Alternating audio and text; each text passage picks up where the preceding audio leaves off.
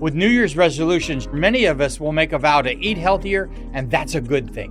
But what about our beloved pets and their nutrition? Greetings, naturopathic Dr. Dennis Black here, and I'm on a mission to provide better nutrition for cats and dogs because truthfully, all pet food is dead food, which is why we created Rough Greens and Meow Greens in the first place.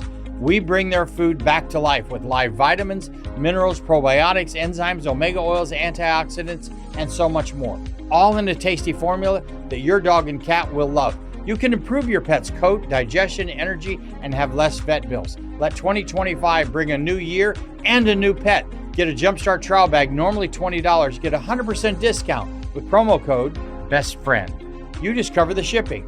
Go to roughgreens.com, use promo code BESTFRIEND. Bring your pet's food back to life with Rough Greens. So good, your pet will ask for it by name.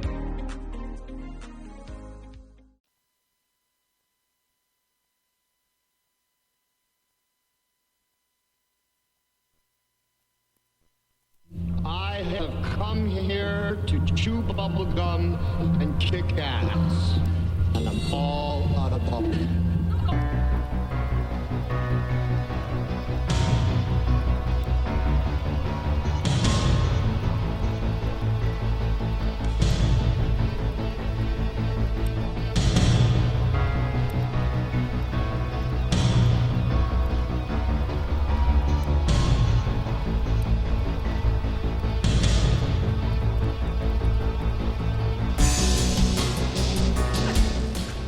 This is going to be an interesting show. If for no other reason, there's a massive chocolate lab in the studio by the name of Kona. And,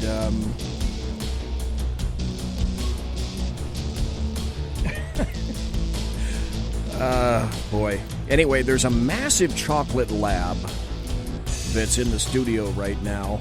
And if you're watching on Facebook or YouTube, this dog is nuzzling me here. Belongs to the co-owner. So, as I'm trying to conduct the show tonight, it'll be interesting to see if the dog gets the message and lays down, because it's about a 120-pound dog. And I haven't even done the intro yet.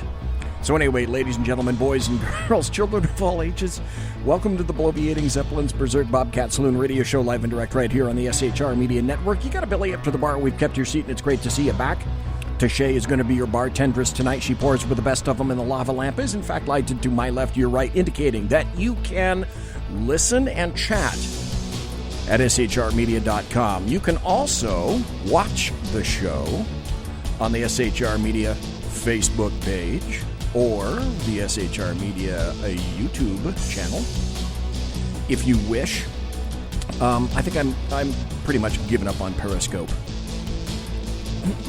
and we're just not getting that many hits on Periscope. But I got to tell you this: we don't water our drinks just like we don't water our conversation. Politics, religion, crime, culture, economics, race, sex, science, law. We talk about it all here at the saloon. Nothing is sacred, the speech is free, but the booze is not. All that we ask is that you flush the damn toilet, jiggle the handle, and don't forget to tip your waitress.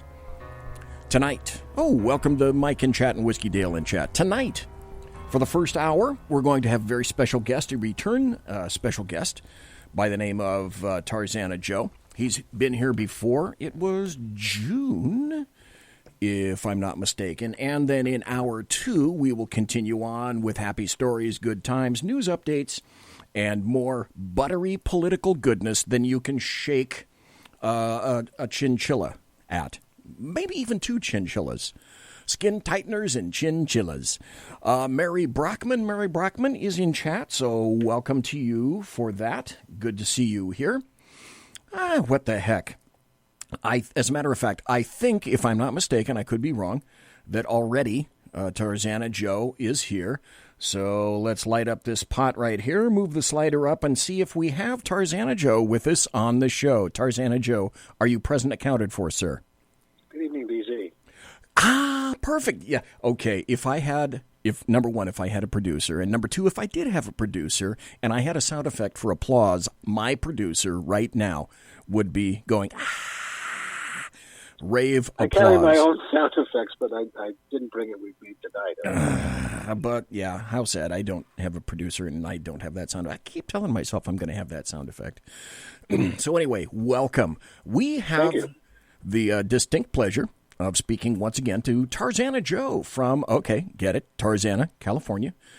We did, in fact, last speak to TARZANA Joe back in June of this year, where we discovered that he is an inveterate veteran of stage screen and glitzy showbiz. We also know that you are the official poet. Already I'm butchering this.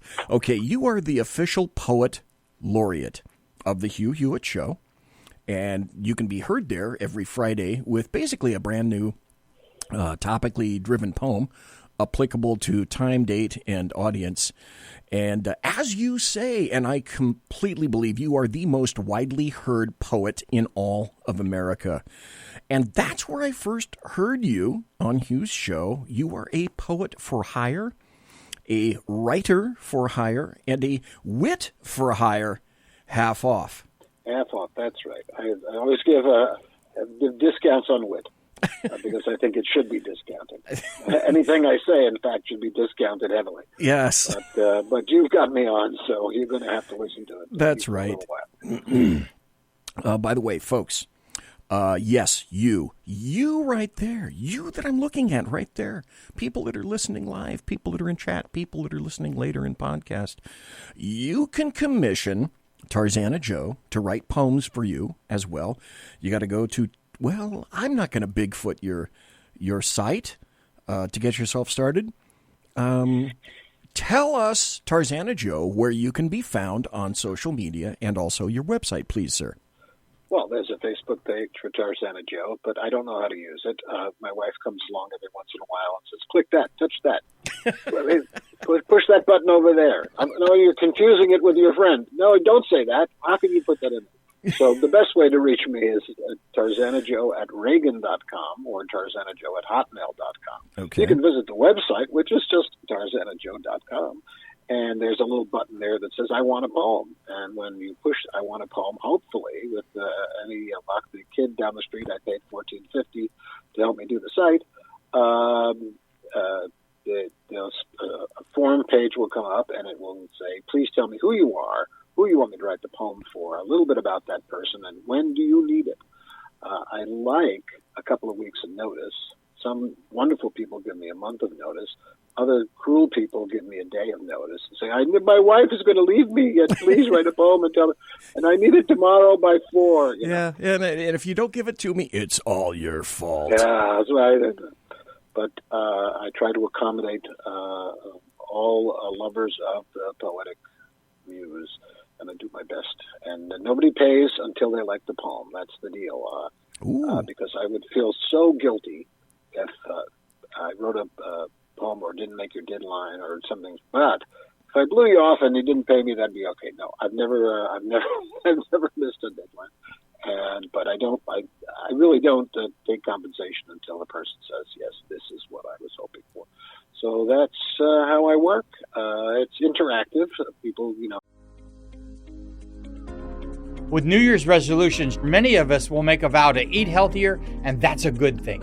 But what about our beloved pets and their nutrition? Greetings, naturopathic Dr. Dennis Black here, and I'm on a mission to provide better nutrition for cats and dogs because truthfully, all pet food is dead food, which is why we created Rough Greens and Meow Greens in the first place. We bring their food back to life with live vitamins, minerals, probiotics, enzymes, omega oils, antioxidants, and so much more. All in a tasty formula that your dog and cat will love. You can improve your pet's coat, digestion, energy, and have less vet bills. Let 2025 bring a new year and a new pet. Get a Jumpstart trial bag, normally $20. Get a 100% discount with promo code BESTFRIEND. You just cover the shipping. Go to roughgreens.com, use promo code BESTFRIEND. Bring your pet's food back to life with Rough Greens. So good, your pet will ask for it by name. Tell me generally what they want to say and just jot down what comes to mind in an email. Occasionally we talk on the phone. I would say 90% of the time, though, it's all done through email. And so they don't have to hear my voice, and I don't have to bother them. I don't have to call them at work and say, what do you think of this rhyme? And I give them a little draft, and they say, "Good. Can you include the part about, my cousin Shirley that you left out?" "Oh, okay, but I didn't think that was important." "Well, it wasn't important. I wouldn't have put it in there." "Okay, thank you." And we try to get the whole poem done the way they want it done. That's how it works. That's perfect. That's like I always tried to tell people when I was a supervisor. I always used to tell people, when you interact with the public, be Scotty. And they would customarily say, "Scotty, what do you mean?" Scotty from Star Trek. Always under-promise and then over-deliver. That's what Scotty did. "Captain, I cannot be doing that at this time." And then Scotty would pull everybody out at the last time. But wait, there's more. TARZANA Joe is also a writer. His first book is aptly entitled "It Only Hurts When I Rhyme." And these days, I would be remiss if I didn't say that TARZANA Joe has a new book, and it's called The Second Best of TARZANA Joe. So if you can, tell us about that, if you would, please, TARZANA Joe. Well, really what it is kind of the 2016 election in verse. The chronicle of from the elevator to inauguration, with commentary, prose commentary mixed in with the poems that chronicled that election, the best of the last 2 years, with a couple of other added starters that no one's ever heard before, never on the radio, closet poetry, personal poetry mixed in. But I think poetry in general for me is a chance to reflect. So much that what you're hearing right now is off the cuff, water over the Niagara Falls. It just comes out. But poetry is when they put the dam on and they got the sluices all turned up and it drives through the turbines and it makes power because it's filtered and it's marshaled and it's corralled and harnessed, and that's what poetry is. It gives you a chance to think about what you're going to say, and then you have to choose your words, choose them wisely, and if you do that, it will have an impact. So if you go back and read a poem from the beginning of 2016, and you say, "Wow, did that poet know what was happening? Were we thinking that way? What was the mood in the country at that moment?" And then you kind of compare it to what was going on now, and a little commentary thrown in. I think you'll find it both amusing, entertaining, and maybe even enlightening. Hopefully amusing more than anything else. I mean, when you do a collection, you try to think of the right words to convey the title. It's a big choice. How are you going to promote it?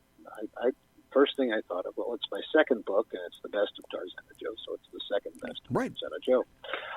My wife said, no, it sounds like, it's the leavings of the first best of TARZANA Joe. I said, yes, I know, but that's like the clever play on words. And she said, I'm leaving you. So she suggested, I have a lot of poetry up on my walls here, and I'm particularly fond of E. Cummings, and one of his collections is 73 poems. And that's, just says it, 73 poems. That's what's in the book. I thought perhaps mine, I didn't want to copy it, but I wanted to call it 73 poems, but who's counting?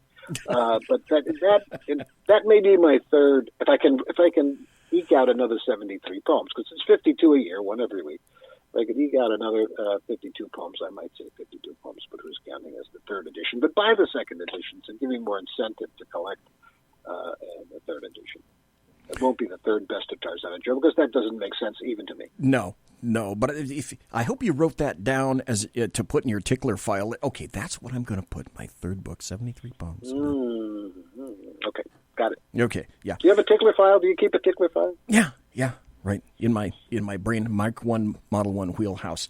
So the first job I ever had, the file person, we worked at Actors Equity in New York, and she said, "You want to put that in the tickler?" The document I was working on, a contract or something. And I said, "Excuse me." You said, I had no idea. You didn't use the word French before that. I'm sorry. Where's your manners? And it's things that happen when you're a young professional. You don't know what's going on. You want to put that in the tickler? How does that work again?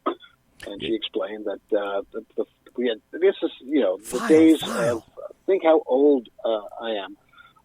We had paper documents that we put in an out basket, and the person from the file room, the file clerk assistant, would come out and take them, and they would either go into the file for the company or the show or the summer stock company or whatever.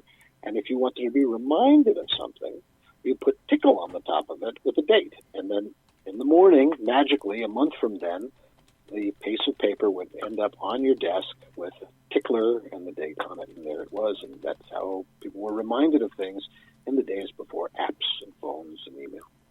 Tickler. There's a good reminder that I found about your new book, The Second Best of Tarzana Joe. And it goes like this. Anytime you're choosing, you should apply this test. The good is good, the better nice, so always take the best. But in your choice of reading, I'll be your deepest debtor, if now I can persuade you that the second best is better. A stunning new collection, and we need more of those. Half of wit and wisdom, half poetry and prose. My book of explanations of things that need explaining, like Hillary's What Happened, but mine is entertaining. It tells in verse the story of our nation's last election, complete with meaty insights and some stunning introspection. Couplet after couplet, like you've never seen before, unless you count that one they wrote about the Trojan War. Will everybody like it? Of course. That all depends. Buy 2 or 3, if you agree, to give your lefty friends. The perfect gift for Christmas and birthdays in between. Heck, you could get a case or 2 to give on Halloween. I hope you take a moment to give my book a chance. For your consideration, I thank you in advance. Well, if I ever have a commercial or poetry reading when I can't appear in person, and that'll happen a lot, I can always get you to. I can always get you to substitute for me. Lovely reading, thank you. I think that's the first time I've ever heard someone else read my poetry out loud, and I'm moved to distraction. Well, anyway, that's by Jersey Joe. Folks, that's why you need to contact, Tarzana Joe. I'm sorry, I said Jersey Joe because we have another guy on the network named Jersey Joe. I was Jersey Joe for a while. I lived in Edgewater, New Jersey. But that's a past we won't have to talk about. My apologies. So anyway, that's just a sampling of Tarzana Joe's work, and that's why you go to TarzanaJoe.com. I have to ask this. You were thinking about it, so are you definitely thinking that there might be another book up your sleeve in the future? Well, here's the we have to take poetry to new places. I've got to say, I've conquered topical weekly poetry. I mean, what more is there to do? Except next week. Right. But I think we need another epic. We need some great benefactor out there. And before Donald Trump ran for president, I had this thought that I would send him a note and say, if you listen to the Hewitt Show, you've heard me. Great men need chroniclers. And so I thought I would travel around with some great man or woman who would pay me a daily stipend, and meals, travel, all those things included. And I would chronicle their life in verse, and it would make an epic of the great man or the great woman. And so that's my next project. I just have to find that benefactor. I think that'd be cool, quite frankly. The other thing I was thinking is this: is it somehow prophetic and possibly world-shaking that we're talking about the second best of Tarzana Joe on your second appearance here in the saloon? That was weird. Okay, so when last we tuned in, we discovered that you were born in New York. You went to Wake Forest University, and you were good friends with Chicago Bears running back Brian Piccolo, where you guys know yes. This is what you didn't want to tell me, and I understand. I had to dig deep to find this. You guys were known to get into numerous bar fights, and because of that, you acquired the name of Tarzana Sap Gloves Joe. No, you're confusing me with that Jersey joke. Right? But I will tell you, when I went to Wake Forest in the 70s, it is a small school, but it was a smaller school then. And Brian Piccolo was the claim to fame as the most famous. But prior to that, the quarterback for the Philadelphia Eagles, Norm Snead, was also a graduate of Wake Forest.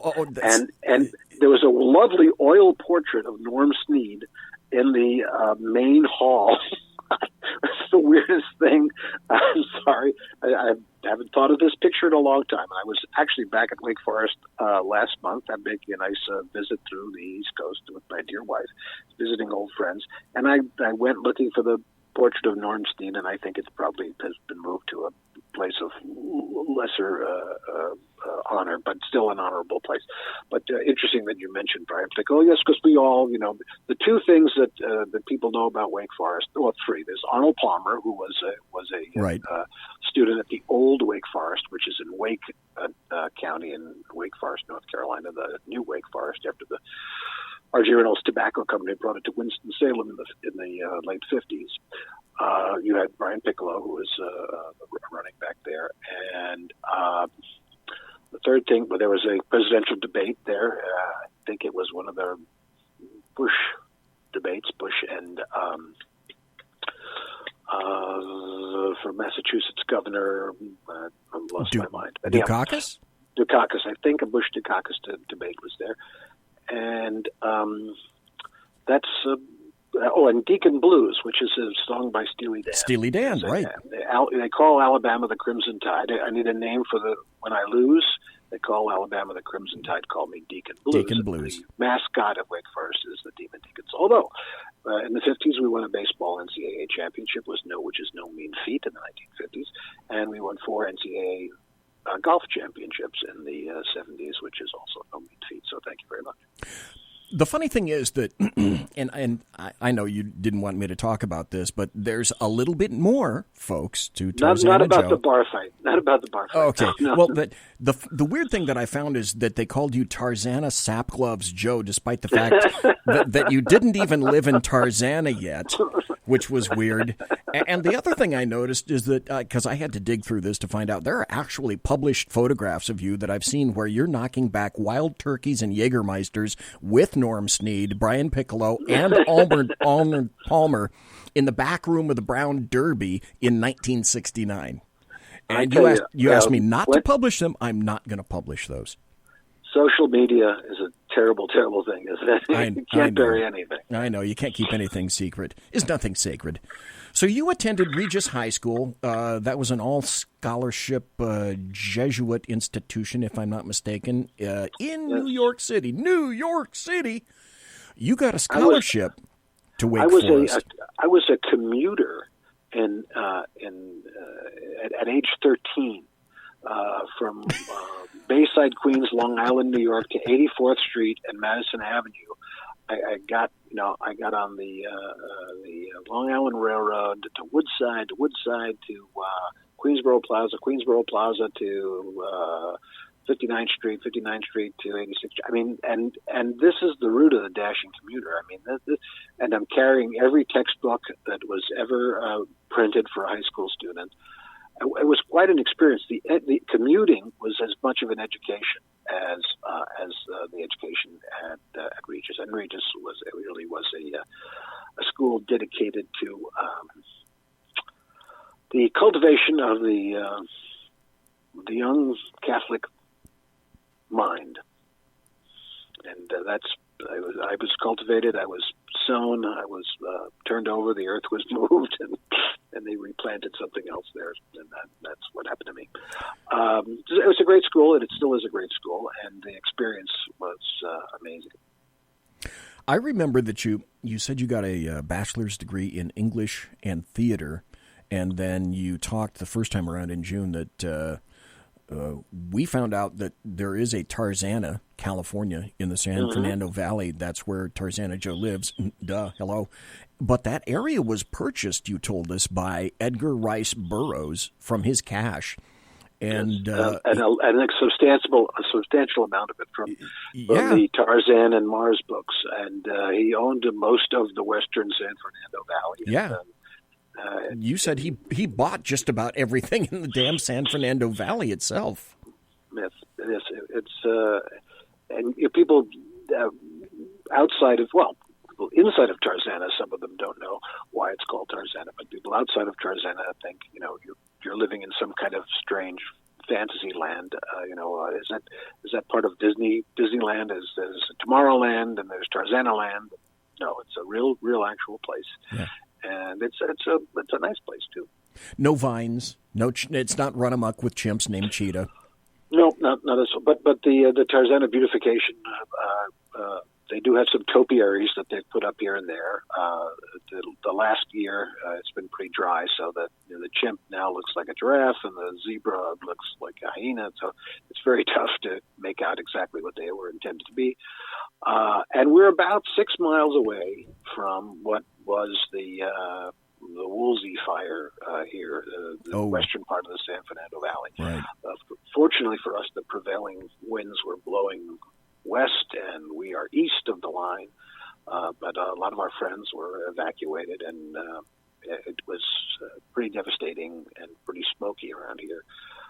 But the loss of life was surprisingly compared to the devastation of property, low here in the Southern California fires. But the number of buildings. I was listening to a news broadcast today, and the last fire that I remember, the Malibu fire, I think it was called Coral Creek or Coral Garden, about 11 years ago. It was pretty bad, and 50 structures were destroyed. I think it's almost 2,000 now. I mean, houses, incredible houses, government buildings, outbuildings. It's pretty devastating, and it's going to be very interesting to see what's learned from this. A lot of them were recent builds. I mean, there are areas that are being developed up in those hills and canyons that just are so isolated, really. I mean, they're beautiful because the settings are beautiful. Right. And you have these wonderful canyon views, but when fire happens, and the winds come up, and it happens a couple of times a year. It's dry, pounding winds, and it's. I've lived in different places around the country, and I've lived in 2 hurricanes and snowstorms and blizzards, but it's so strange because the whole earth gets quiet, but then the wind blows, and it's dry. You could take a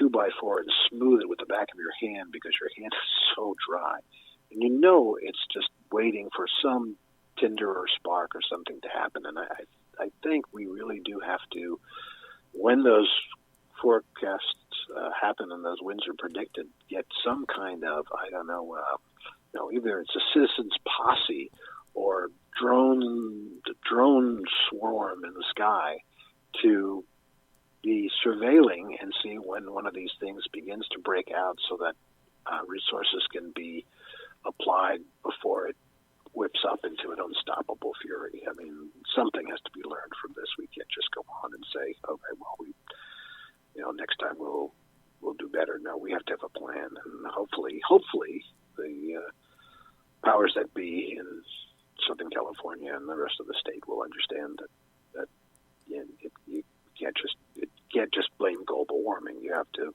And I don't know anything about forestry management. I mean, I read what people are talking about as to clearing the underbrush and taking out dead trees so that the other trees can thrive, and not letting infestations run rampant through trees that make them susceptible to burn. That sounds all plausible and reasonable to me, but I do know that any responsible society needs to have a plan to counter this stuff the next time it happens. For me, Tarzana Joe, this is extremely personal. We got about 2 more minutes before the bottom of the hour break. And I'm going to be talking about it. If I get the things done by next Tuesday, I'll probably devote the entire 2 hours to wildfires. I've been involved in wildfires. I evacuated in 2015. I'm up about the 4,000-foot level in the Sierra Nevada mountains up off of Interstate 80. So this is extremely personal to me, and as a homicide investigator, I used to investigate arson cases where you find people that are cooked in the pugilistic position. We've lost about over 9,000 homes and residences and structures up in Northern California. The death toll unofficially is in the triple digits. There are still close to 1,000 people that are missing. I suspect that there are going to be some people that we just will not find. Right. They're combing through all the homes. There are pictures that, if anybody remembers, during the Iraq War in 1991, the first one, the Highway of Death, where there were burned vehicles. There are numerous photographs of basically the Highway of Death in California. This didn't have to be, and I'm going to stave myself from going onto a platform right now, but I think this was eminently seeable. I personally place each one of those deaths on the steps of the state capitol, as well as, luckily, thank God, I don't know what electrical power generation provider you have down in Southern California. All I can tell you, Tarzana Joe, is thank God you don't have PG&E, because the other remainder deaths I would place at the steps of PG&E. That's a statement for another time. However, that having been said, I'm going to get back. I only got about one more minute before the break. I remember you said you used to live in New Jersey, but to this day, you had no idea why you moved. Either to New Jersey or from New Jersey. From New Jersey. No, well, the show business was the giant attractor for both my wife and myself. My wife's an assistant director, now retired in film and television. She has done some wonderful TV shows, Law and Order when we were in New York, Northern Exposure when she was out here, the first Murphy Brown when we were out here, the Drew Carey Show. Some wonderful television work that's on her resume. And she had an opportunity to come west to be an assistant director on a Western that you may recall from 20-something years ago called The Adventures of Briscoe County with Bruce Campbell. Yes. And it was on Fox. Bruce Campbell. Oh, my God. What a great actor. I mean, he's not a great actor, but he's a great actor. I love the dude. Yes, he is. And he was a really good. She enjoyed working with that show, especially because it was a Western and she was grown up in Ohio on a farm or in a farm country where she rode horses and everything else. And we were kind of this great fans associate. So when she had that opportunity to come and do that show, and I was at the time writing different scripts and scenarios, hoping to sell them to the wide television audience, we took the plunge and moved from New Jersey to California. We never looked back. Occasionally flew back, but we never looked back. Well, it's a long way. We could look back. We couldn't see anything. The closest boat we could see is maybe the bottom. So we could never look back. Folks, we're talking to God, stop it, BZ. We're talking to Tarzana Joe, OMG. And we're going to be right back after this. And I'm going to ask him when we come back about Tarzana Joe's great Mark I Model 1 voice. So don't go anywhere. We'll be right back. Conservative media done right. You're listening to the SHR Media Network. Hey, this is Michael Wright. And I'm Shannon Wright. Join us for The Right Way with Shannon and Mike, Monday through Thursday from 7 to 9 a.m. right here on SHR Media. Why are they joining us? For fun things like sports, politics. Oh, maybe some news and entertainment? And all kinds of other things. Money and recipes and events, all kinds of stuff. Yeah, so join us Monday through Thursday, 7 to 9 a.m. here on shrmedia.com.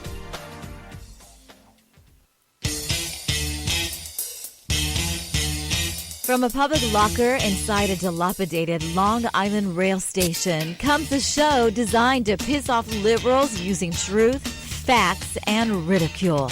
The Lid Radio Show, featuring the conservative voice from the People's Republic of New York, the Lid himself, Jeff Dunitz.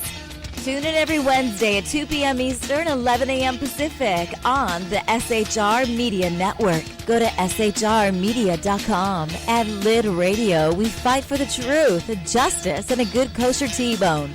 If you don't listen, Hillary Clinton might sneak into your bedroom in her housecoat late at night and blame you for her election loss. It's the Lid Radio Show with Jeff Dunitz.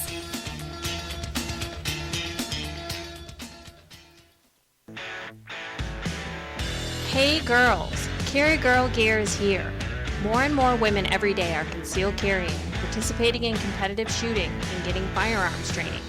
It's not a boys' club anymore, and we don't have to shop in their stores anymore either. Finally, a cool and unique clothing line just for women. Dope tees and hats for the patriotic concealed carry and 2A girl. So what are you waiting for? Go check out carrygirlgear.com today. It's your business diva here, Melanie Collette. I am inviting you to a front row seat as I discuss some of the most intriguing details of wealth and finance with today's movers and shakers in the world of business. Listen in and discover financial truths on a global, domestic, and household scale. Uncover topics that will impact your wallet today and in the future. Money Talk with Melanie airs Monday through Friday, 5 p.m. East, 2 p.m. West, right here on SHR Media and High Plains Pundit Talk Radio. You can't afford to miss it. The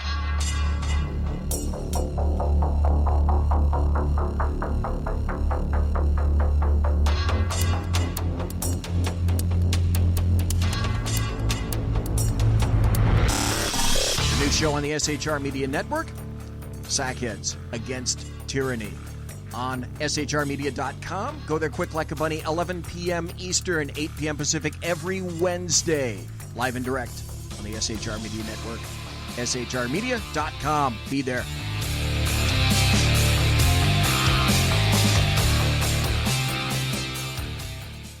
When dirty politicians, shadow governments, and deceptive Islam blind the world with fake stream media smoke, their only fear is one man with a cane. I'm Dave Milner.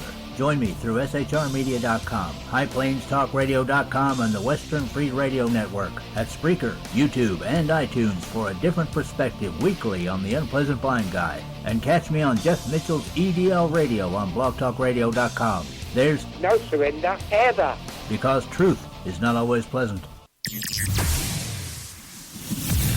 Broadcasting behind enemy lines in occupied California, a mere 2 miles from the state capital, the bloviating Zeppelin's Berserk Bobcat Saloon radio show can be heard every Tuesday and Thursday night at 8 p.m. Pacific and 11 p.m. Eastern. Only on the SHR Media Network. Go to shrmedia.com to listen. You can also watch on the SHR Media Facebook page and the SHR Media YouTube channel. No goldfish were abused in the making of this ad. Conservative media done right. You're listening to the SHR Media Network. And this is the SHR Media Network. You're listening to the bloviating Zeppelin's Berserk Bobcat Saloon radio show, live and direct right here from the the sumptuous and palatial SHR Media Network studios, where I am broadcasting behind enemy lines in occupied California, 2 miles east of the locus of evil on the entire West Coast. That's the Capitol building, the Bill Mill in Sacramento, Fornicalia, where late at night I go out that door right over there to my left, and as I leave at about 10:30 in the evening, I can smell the odoriferous stench of sulfur and brimstone from that evil point 2 miles away from here. Folks, tonight we're talking to Tarzana Joe, and I was going to ask him about radio because just like I said last time, Tarzana Joe, damn it, mister, you have a voice made for radio. And I've been told I had a face for radio, but never a voice for radio. I never have a face. I have a face for radio, but I don't have a face for TV. That's quite obvious. But I remember you grew up. You said you used to listen to Brad something or other and Long John Neville. Yep, Brad Crandall. Wow, boy! I was trying to think of that this afternoon. I couldn't think of the fellow's name because I was writing a poem for Thanksgiving, and I wanted to give Brad Crandall and Long John Neville some credit. I just loved to listen to the radio, and I thought someday I'll be on the radio, by gum. And who knew?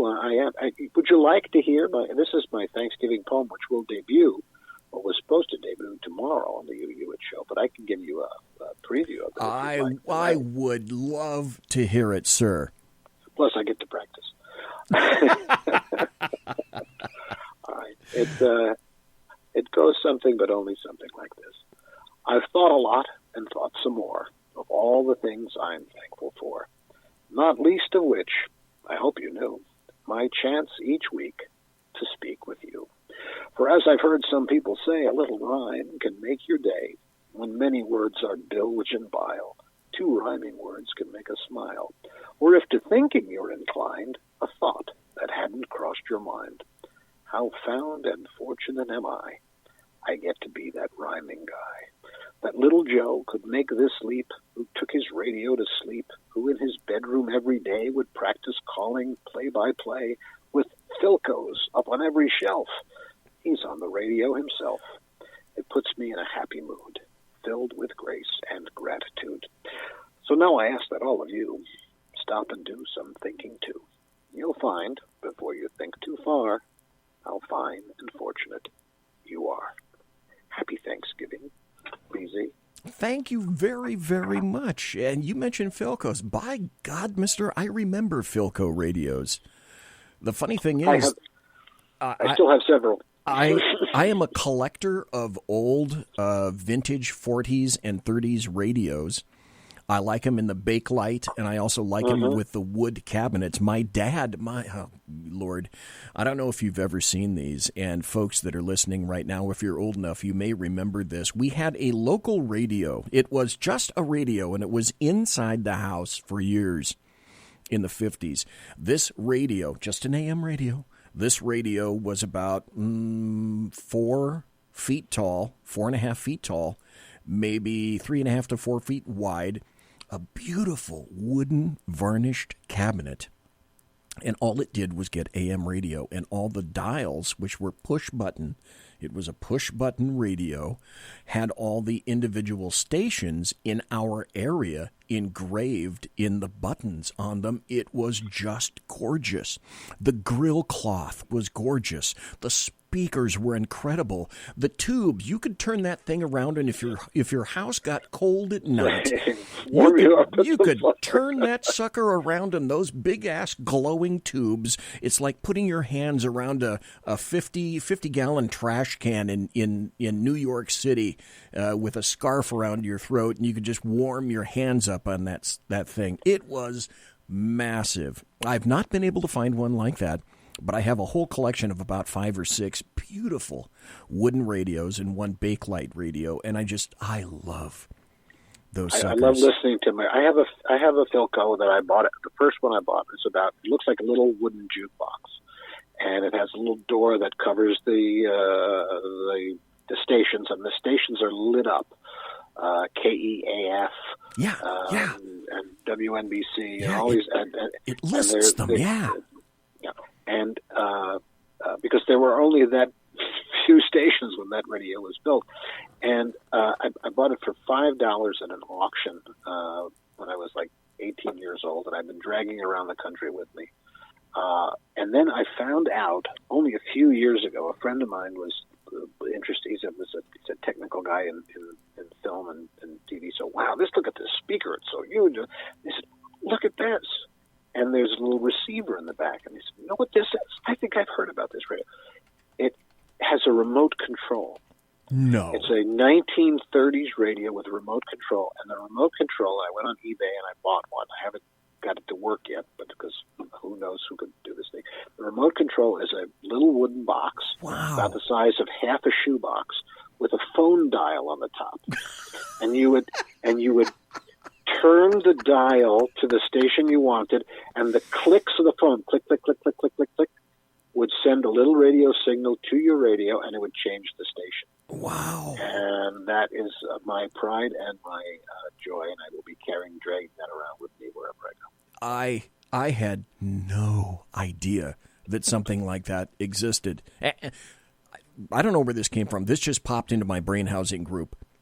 I remember from last time, and I don't think we got to it, but you said that you had patented something, but I don't remember what. And you're talking about the radio that you own made me think, oh, yeah, he said something about a patent. So you patented something, Tarzana Joe, and what was that? Lincoln and me, we both have patents. Well, I used to always get very ambitious to do exercise when I lived in New York. usually right before the winter came in. So I'd start jogging in October, and then it was too cold, 2 weeks later, and I thought, I'm out of this now. It's fine. But one particular winter, I decided I was going to keep going, and it was the age of the Walkman. Okay. And you had the little metal headphones that for the Walkman, right? Because Walkman didn't have speakers. You think, Apple invented the musical device without a speaker. No, the Walkman, you couldn't hear it. You got to put a headphone in. Right. So I would run with this headphone on my head, and I tried to put a hat over it and a cap, and I was freezing. So I took the headphone apart, and I sewed the speakers into the rim of a stocking cap, the watch cap.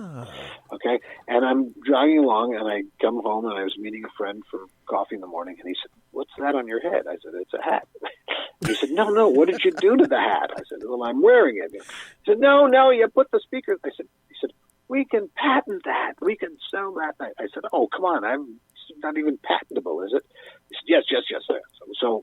So we did a prototype, and we went to a patent attorney, and he charged us copious amounts of money to get a patent on the speaker hat. The first application that we sent in for the patent, it was as if I invented the head. I said, "What are you doing here? I didn't invent a hat. I invented that." He said, "No, you go in there, you go very broad. And then they turn it down, and then it narrows down." Anyhow, so it took us, $1,000. We got a patent. And then we tried to get someone interested in manufacturing it. I went to several hat companies, different companies in New York, and they said, we'll make about 10,000 of these, and by the time we get them made, China will have made 10 million. So yeah, it's a wonderful idea, but it's not, I guess, bankable enough for us to go gear up production. And we tried to produce them ourselves. It wasn't a venture. And so we just kind of abandoned it after a year. And then a year later, we get a call. Someone was trying to make a similar device, and they'd found our patent. And they said, "Okay, we want to make it, and we want to license your patent. But we don't have any money either. We're two goons just like you." So they paid us $500, and they made something called fleece. Sound fleece, and they made little headbands with speakers in them, and it was a little better design than ours, and they didn't sell either. But now I see, every once in a while, I'll see at Christmas time, someone will have made a Bluetooth earmuffs. That's basically the same idea, but our patent had expired. So that's what I patented. But it was a wonderful experience of going through the legal things and trying to make it better and figuring out how to that the wire wouldn't pull out when you tripped and fell down or took your hat off and hung it on the shelf. It was a great experience, a great adventure. Too bad they didn't have Shark Tank at the time, because if I wanted to invent something, have I ever learned a hell of a lot just from watching Shark Tank and watching those people rip folks apart. I tell you, it is. I still think that people who go to let's say football games would, if you could get the NFL to say, yeah, you could put the logo on it, and you put the earphones in the thing, and you listen to the game at the radio. But now the football game experience, that was like a 15-year window. Now when you go to the stadium, you're inside. There's no more, municipal stadium in Minnesota where the snow is coming down and the guy has to run on the field and, scrape the yard lines. There's only a few stadiums where you're going to have weather in a year, maybe Pittsburgh, New England, New York. So it's just not that same. Plus, people are listening to the broadcasts in their warm suites, and it's not going to happen. So, but that was my excursion into the world of patenting and manufacturing. Elite bastards. I can remember I asked you before when we started arranging the show here, I said I wouldn't mind talking about movies and maybe a little bit about the entertainment industry. And you responded that you hadn't seen a movie in about 6 months or so. And that led to a bunch of questions. And the first one for me, and I suspect that you probably still have some connects in the entertainment industry, and I certainly expect so in theater and maybe in film because you used to work for SAG. Weren't you? You were a business executive of some sort with the Screen Actors Guild, were you not? Right. When in New York, when films from California came to shoot, we'd have to make sure that they were in fact, signed the collective bargaining agreement in L.A. and that everything was rightly done in New York. Most of the time, they came for location work, which often meant stunts. And so we had field representatives that would visit the set to make sure that the stunt coordinator was properly rigging things. And it was both safety and from that kind of point of view with the big California productions. And then there were a lot of independents that came to New York, and for those, we would have to sign them to the collective bargaining agreement before we'd allow SAG members to work on the film and bond them, which was always an interesting thing. The SAG required that 2 weeks of pay for the production budget cast was put on for an independent on deposit with SAG. So in case the film went upside down, we would pay out actors who had been contracted for the film. That was always interesting. And most of the time, they were pretty legitimate companies, and they would bond with a letter of credit or some bank instrument or a guarantee company. But once I remember the production executive came with a suitcase full of $100 bills. What the hell am I going to do with this? And a guy named Fozzie with hairy knuckles. Right, yeah. So I got to ask you, with that stuff, what is up with Hollywood these days? Why are there so many huge movies? There's so many flops. The volume of movies has descended to a damn trickle. And I have to tell you, quite frankly, I'm finding better writing, better plotting, special effects on episodic television these days. Like Westworld, I don't know, House of Cards, Billions, Game of Thrones. All that stuff is just, it's like, what the hell happened to Hollywood? And I don't know, maybe you have some insight on that. Well, it's a little bit of paranoia. In order to commit the kinds of funds to make a movie and distribute a movie in a major studio, you have to be really sure that you're going to open that film significantly. And I recall a few years ago at a studio that I worked for, I was not one of the invitees, but my immediate supervisor was, to a team-building seminar where they'd explained that they had now had an algorithm and a formula where they would ensure that they would never have a losing movie again. They had a formula for popularity of stars and bankability of directors and storylines, and therefore they would never lose money again. And we both had a giant laugh at that. But it's the same. I mean, I'm more of a Broadway baby, and I always wondered why musicals were always, or I would say 99.9% of the time, the musical version of a previous play. Like, everybody knows Oklahoma, but it was the musical version of Green Grow the Lilacs. And Damn Yankees was the musical version of The Year the Yankees Lost to Bennett. And there was always some underlying work that was the basis for the musical. And I discovered through inquiries that in order to convince the angels, the backers, that what you were about to do had some potential for a profit, that here, look, MAME, Anti-MAME was a book, and the book was a play, and now we're going to make a musical out of the thing, and it's already been a hit, and everybody knows it, and so therefore you can, guarantee it's going to be successful.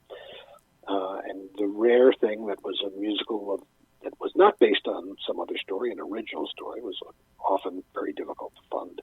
So I have a feeling that same kind of underlying paranoia goes into what major studios, a superhero movie is going to make its opening weekend, even if people hate it, because they want to go see why it's so terrible.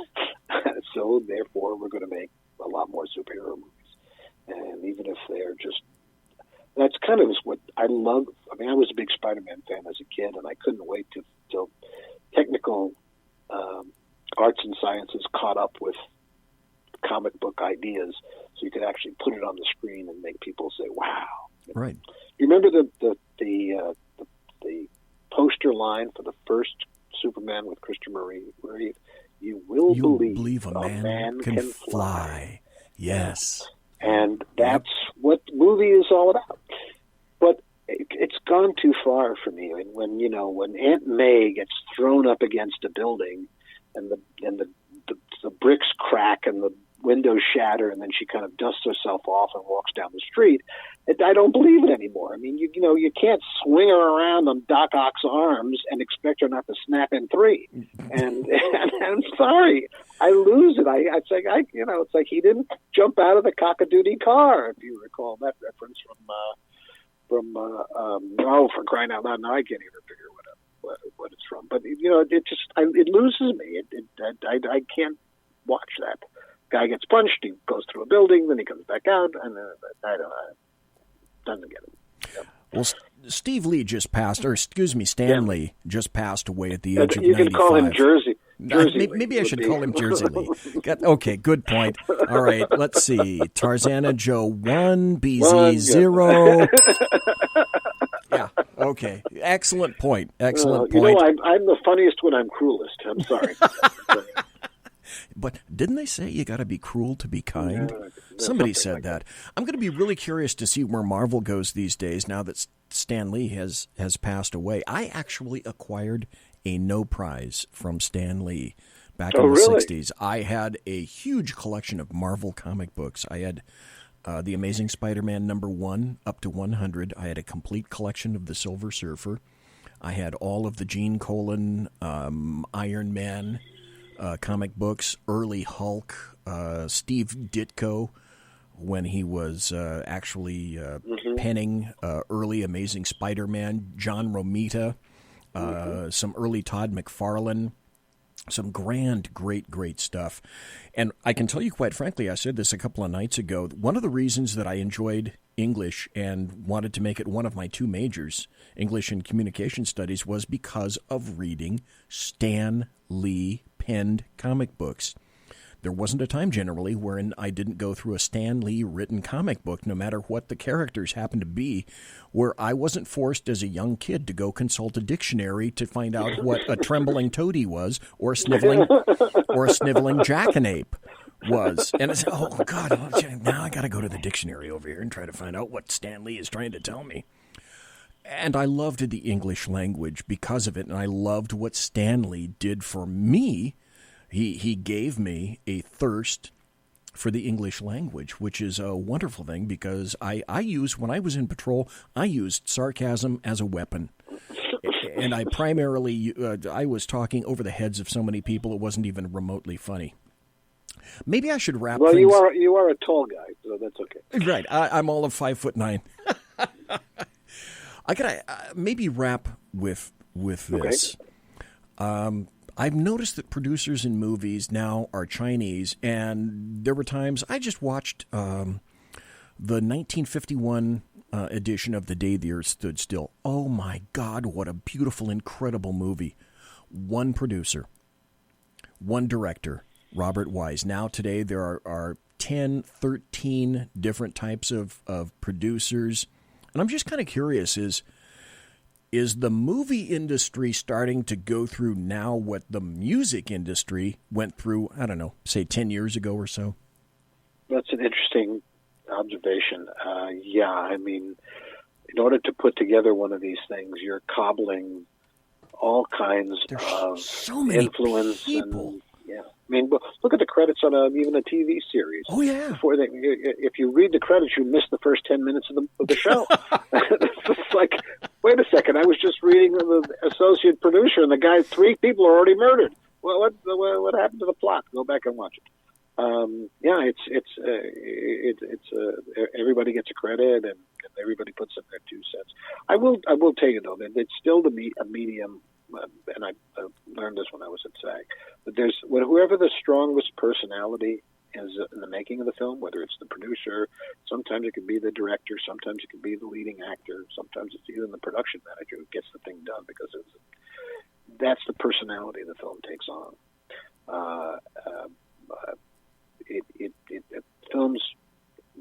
personality.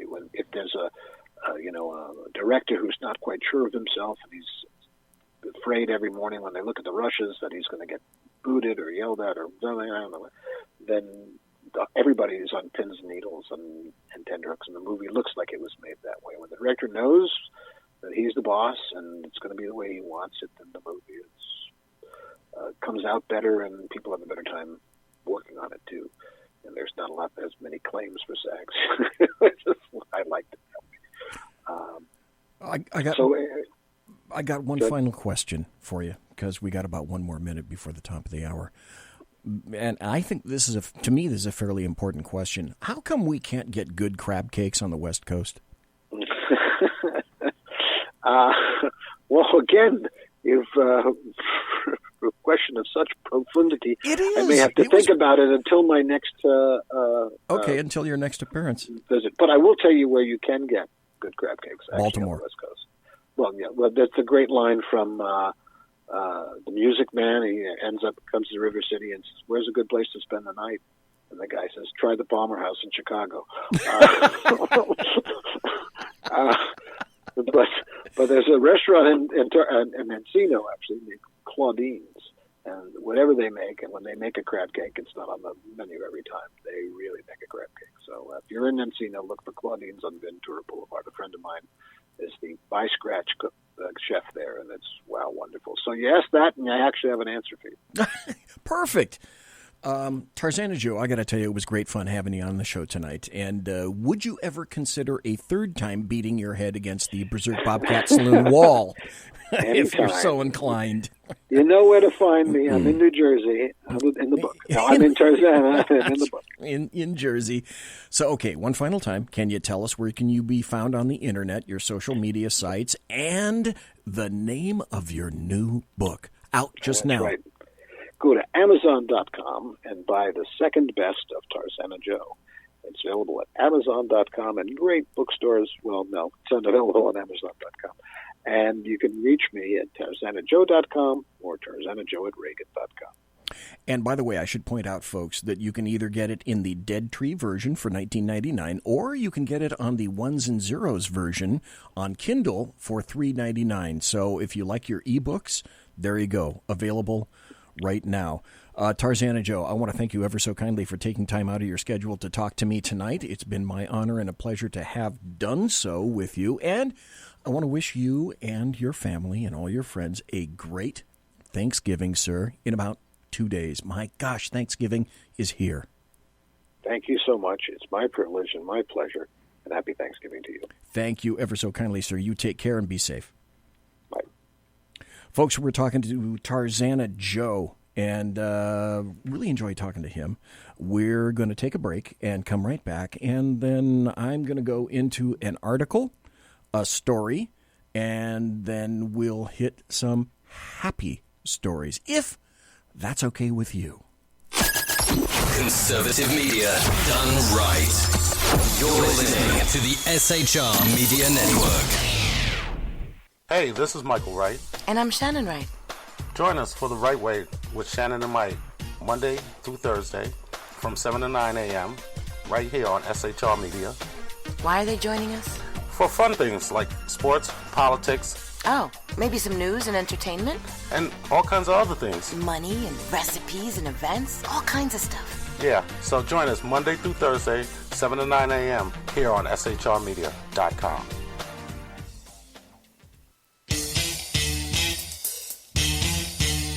From a public locker inside a dilapidated Long Island rail station comes a show designed to piss off liberals using truth, facts, and ridicule. The Lid Radio Show, featuring the conservative voice from the People's Republic of New York, the Lid himself, Jeff Dunitz. Tune in every Wednesday at 2 p.m. Eastern, 11 a.m. Pacific on the SHR Media Network. Go to shrmedia.com. At Lid Radio, we fight for the truth, justice, and a good kosher T-bone. If you don't listen, Hillary Clinton might sneak into your bedroom in her housecoat late at night and blame you for her election loss. It's the Lid Radio Show with Jeff Dunitz.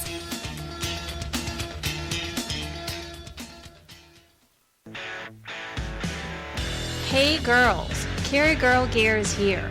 More and more women every day are concealed carrying, participating in competitive shooting, and getting firearms training. It's not a boys' club anymore, and we don't have to shop in their stores anymore either. Finally, a cool and unique clothing line just for women. Dope tees and hats for the patriotic concealed carry and 2A girl. So what are you waiting for? Go check out carrygirlgear.com today. It's your business diva here, Melanie Collette. I am inviting you to a front row seat as I discuss some of the most intriguing details of wealth and finance with today's movers and shakers in the world of business. Listen in and discover financial truths on a global, domestic, and household scale. Uncover topics that will impact your wallet today and in the future. Money Talk with Melanie airs Monday through Friday, 5 p.m. East, 2 p.m. West, right here on SHR Media and High Plains Pundit Talk Radio. You can't afford to miss it.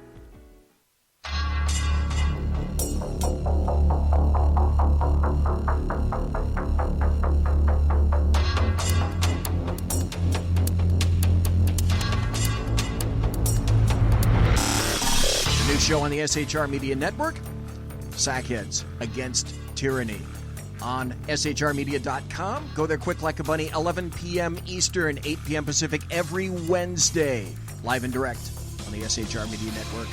shrmedia.com. Be there.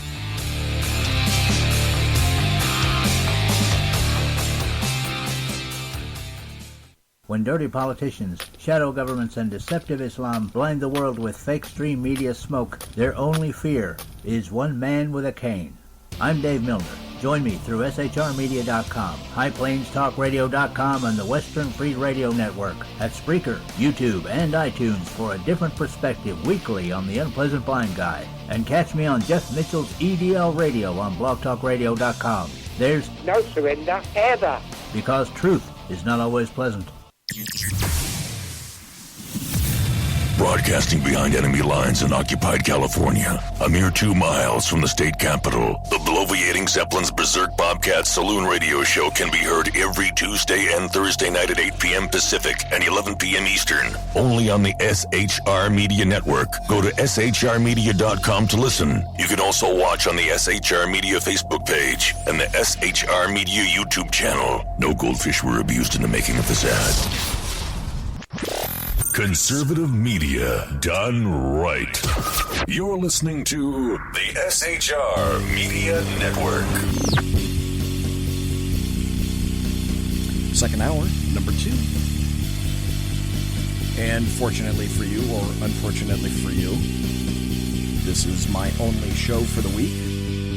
And if you didn't see in chat, and I have not put it out on social media yet, but there's not going to be a chat show tomorrow night. I'm sure that you probably suspected that. And because it's Turkey Day, there's not going to be a saloon show on Thursday, and I guess you probably suspected that as well. Again, thanks to Mike Whiskey Dale, Mary Brockman in chat. Thanks to Tarzana Joe. Not Jersey Joe. Tarzana Joe, for being on the show. He just sent me a couple of pictures of his Philco radio, the huge thing, and the remote. My God, these things are absolutely gorgeous. They're like, the wood is something akin to what you'd expect on the dashboard of Ken McClinton's 2019 Rolls-Royce Silver Shadow. It's absolutely gorgeous. And again, so thanks to Tarzana Joe for being on tonight. We're going to start out with an article from Kurt Schlichter, and I'm going to have to admit that I agree with most everything that he's written here, and it's very timely. And then from there, we're going to go into happy stories. I do, in fact, have some happy stories. I have to thank Tarzana Joe right now because he sent me this. Thank you, sir. Uh-oh. Learn how to spell sir, BZ. I-R. There you go. And then we're going to go into some happy stories and some other stories that are worth your attention. As per normal, I've got about 35 to 40 tabs set up over here on my Sony Vaio computer. I'm looking at 5 screens right now. That's the only thing that makes the illumination in this whole place. Oh, and I didn't tell you that you can't really see because he's down over here. Sackhead Sean, the co-owner of SHR, his dog named Kona, a beautiful chocolate lab, is right down here at the end of the table. That's a big darn dog. That's probably a good 80 to 90 pound dog. Mary Brockman, I see that you're leaving, so listen tomorrow. Have a great night. And by the way, Mary, have a great Thanksgiving. Anyway, this is an article from Kurt Schlichter called 5 Dumb GOP Mistakes We Better Fix Before 2020. Completely agree on this one. The good thing about screwing up is that you can learn from your mistakes and do better next time. That, of course, assumes you are not a Republican Party official because the GOP establishment seems largely incapable of learning from its mistakes. And Kurt Schlichter writes, well, we should try again anyway. We won some races, but we lost a lot more. Losing has one advantage over winning. Pain is a better teacher than joy. After all, winning generally teaches you the wrong lessons. It makes you complacent. Look at Texas. The governor did worse than expected. Ted Cruz had a close call, and down ballot, the Texas GOP got thrashed and trashed in Texas with a great economy because the Texas GOP got soft from too much winning. God bless everybody, too. Mary Brockman, you're tapping out. Look, Kurt Schlichter writes, there are sometimes reasons for poor performance that are beyond our control.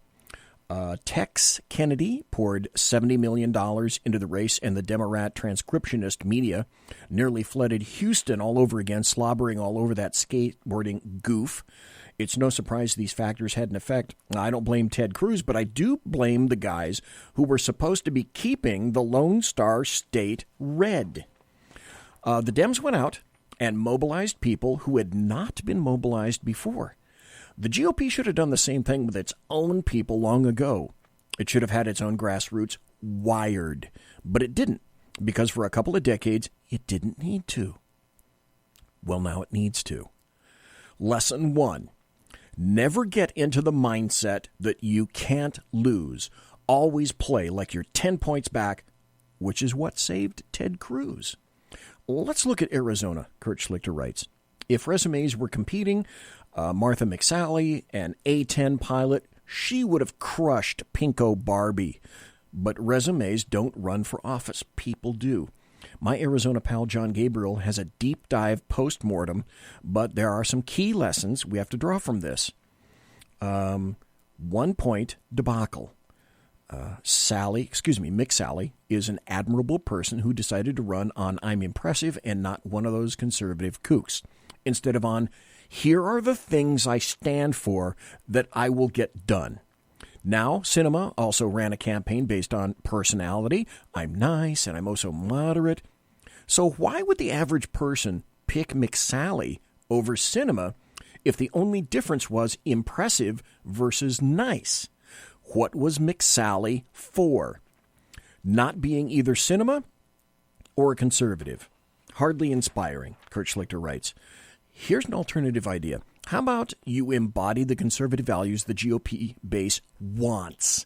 How about you not channel Jeff, 18% approval Flake, by launching Operation Desert Sass and imitating the gutless weenie vibe of the same dork who you were seeking to replace because the GOP base fired him for not being conservative enough. Trump endorsed her, but like he had a choice. It kind of shows the mindset that led to this fiasco. Well, these conservative dummies will be dazzled by Trump's thumbs up of necessity, so we don't need to pay attention to him. Wrong. McSally had a bloody primary against Kelly Ward and Joe Arpaio. Say what you want, but they stood for something, and it was something the GOP voters liked. But did McSally go on stage with the defeated primary candidates to show unity? Not that I know of. I do know she skipped out on conservative events and canceled appearing on the Mark Levin show. That is certifiably insane. She ran away from being conservative, and surprise, surprise, surprise, when she looked back, the conservatives were not behind her when she needed them. We're tired of being disrespected by GOP candidates who seem to find their own voters slightly icky. That 2% edge McSally needed to win was right there for the taking among the Ward and Arpaio fans, but she shunned them. She didn't want to scare the neurotic suburban mommy demo that these squishes always seem to chase after and never quite catch. Falling into that trap was the insight of the out-of-state consultants McSally hired and listened to. Diss the people who would vote for you in order to suck up to people who would never vote for you. But those conservatives voted for Governor Ducey, and in droves. Lesson 2. Before something, specifically conservatism. Nail down the base by not buying into the Frito-Con notion that true conservatives should be ashamed of being conservative. Florida is always close and crazy, being full of Floridians, but we need to understand that the why looky here, a whole bunch of new voters thing. Listen carefully to this, folks. Kurt Schlichter is absolutely correct. The new normal is, why looky here, a whole bunch of new voters. That thing is the wave of the future. Today, every blue enclave is Chicago, and if it's close, they will cheat. It's going to happen. They are already planning on it. Remember, election theft, that's just part of the Democrat campaign plan, just as much as ads about Republicans murdering grandmas. It's neither an aberration nor a rarity, but it's a deliberate strategy that has worked in the past. The people who are going to steal our elections, they're not Russians. They're the nitwits who are babbling about Russians stealing our elections. And here's lesson 3. We need to be ready. We need lawyers pre-positioned and poised to fight wherever we expect the corruption to happen. And we need to win races outside the margin of fraud. That's almost going to be, this is an aside from me, that's almost going to be a standard phrase now, the margin of fraud. Think about it. Think about how all of these elections have been conducted.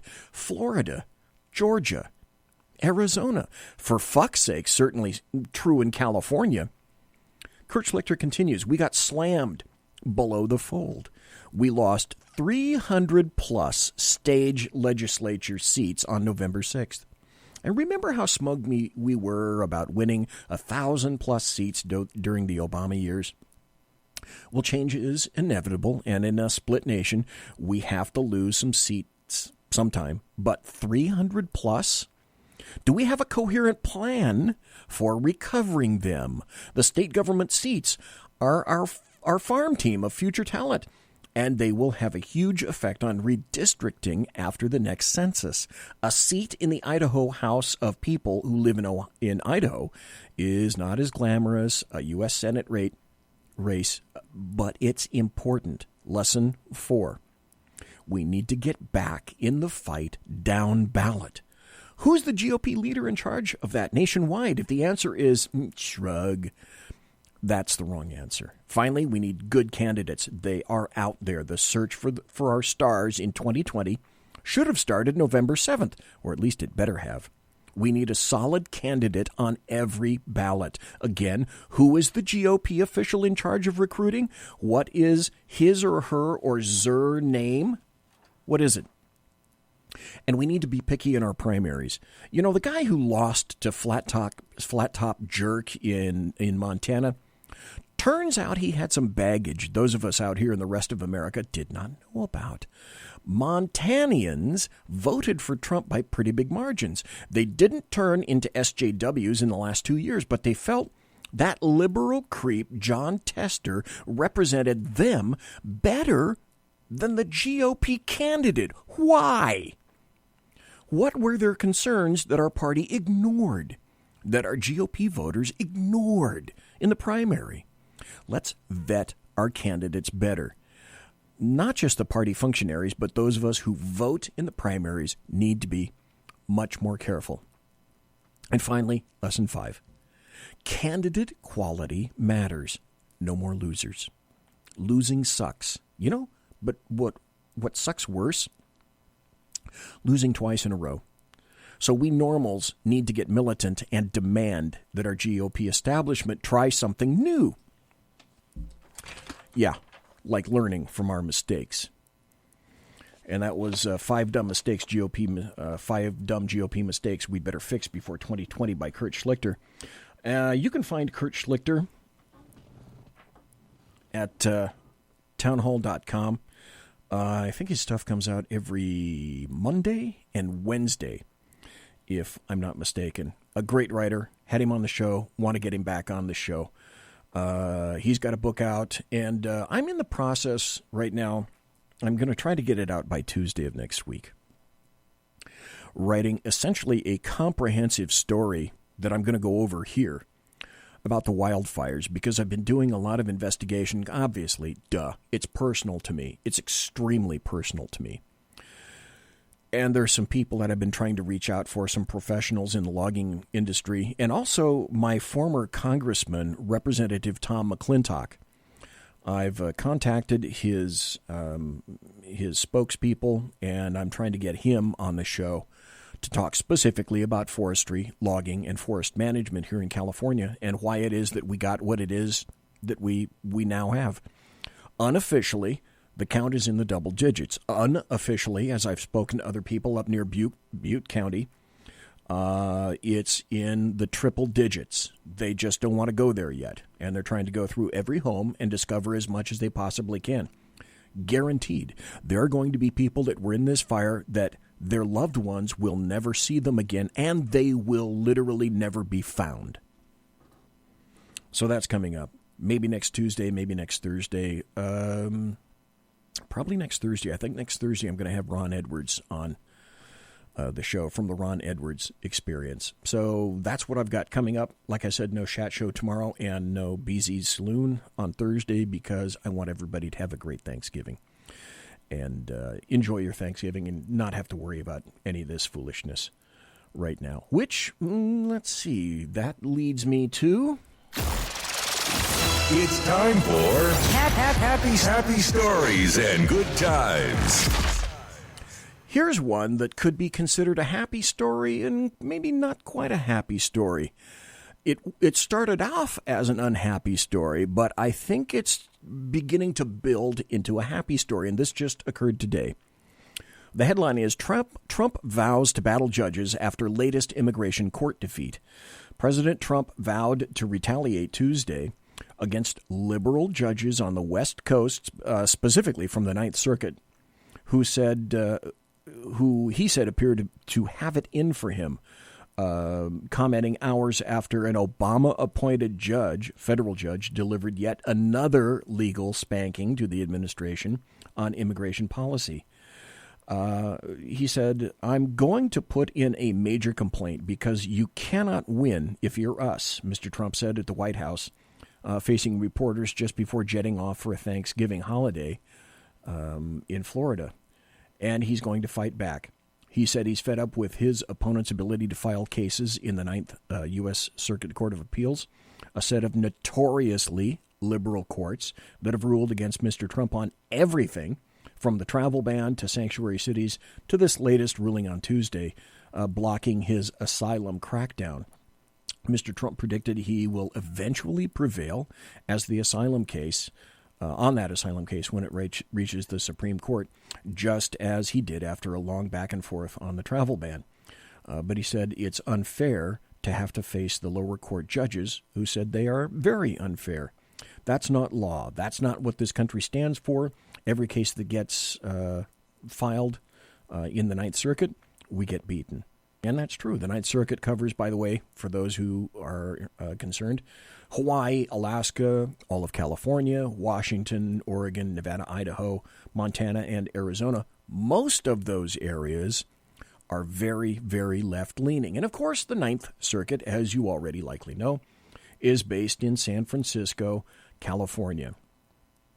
Here's another happy story. Let's see if I have the video on this. Do you remember? Well, of course you do. You remember Alexandria Ocasio-Cortez, the brilliant scholar on government who recently came out and said that, in so many words, she has no idea what the three branches of government really are. Democrat socialist Alexandria Ocasio-Cortez happened to reveal this weekend that she has no idea what the three branches of the U.S. government are during a conference call with prospective far-left political candidates. This is a quote. And I'm sure I don't have to tell everybody, because I can tell you this off the top of my head, the three branches of government, because this was hammered into me while I was a kid in grade school, for God's sakes. I can still remember this. The executive, the legislative, and the judicial, the three branches of government.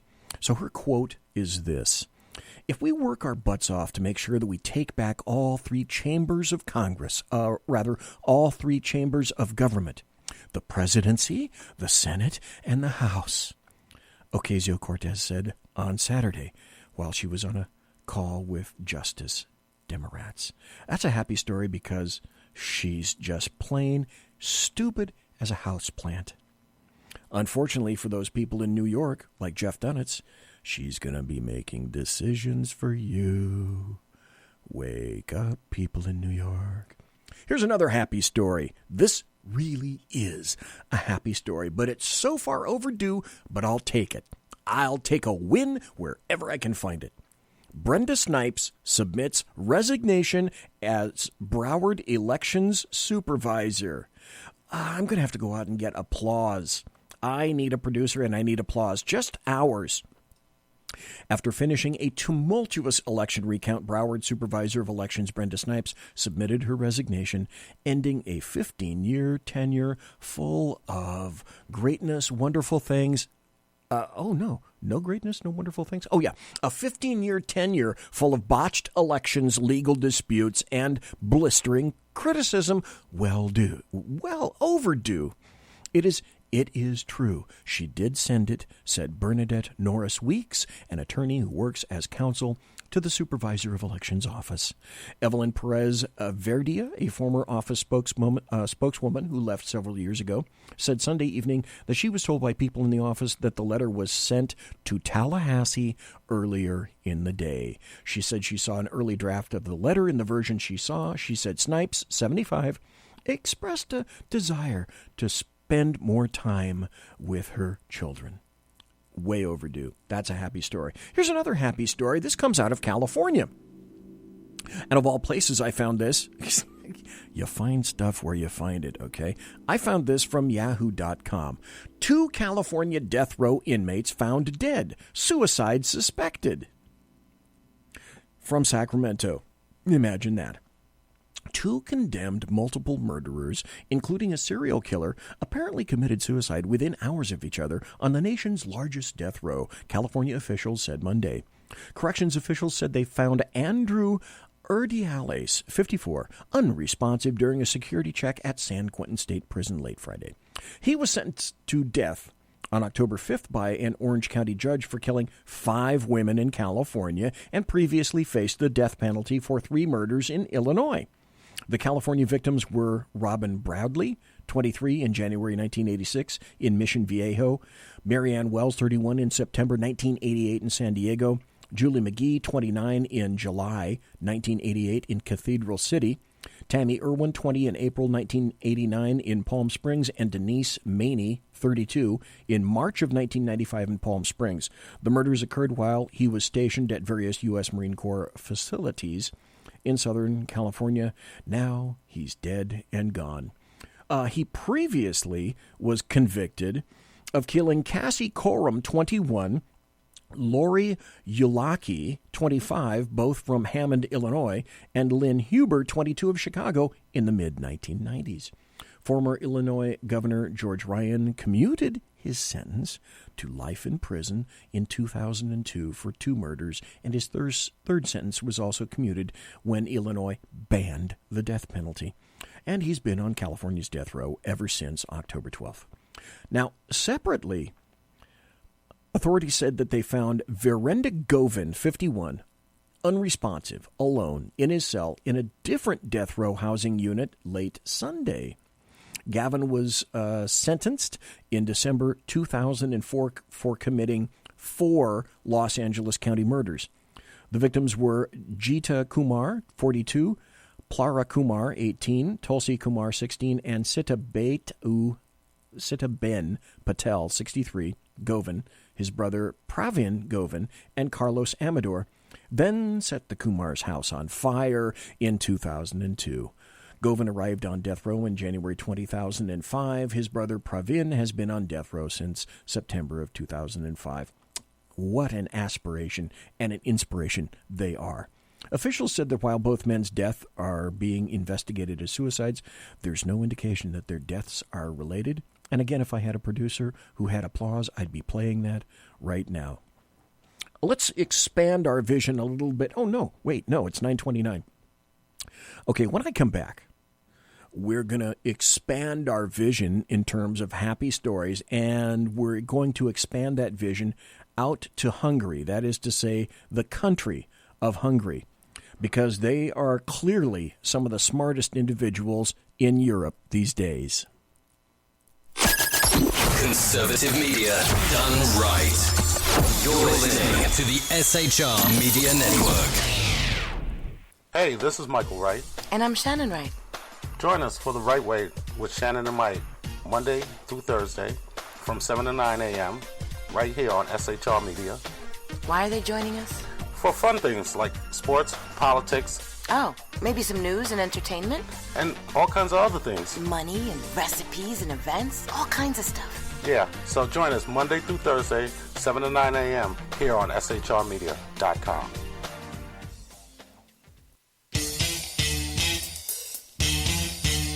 From a public locker inside a dilapidated Long Island rail station comes a show designed to piss off liberals using truth, facts, and ridicule. The Lid Radio Show, featuring the conservative voice from the People's Republic of New York, the Lid himself, Jeff Dunitz.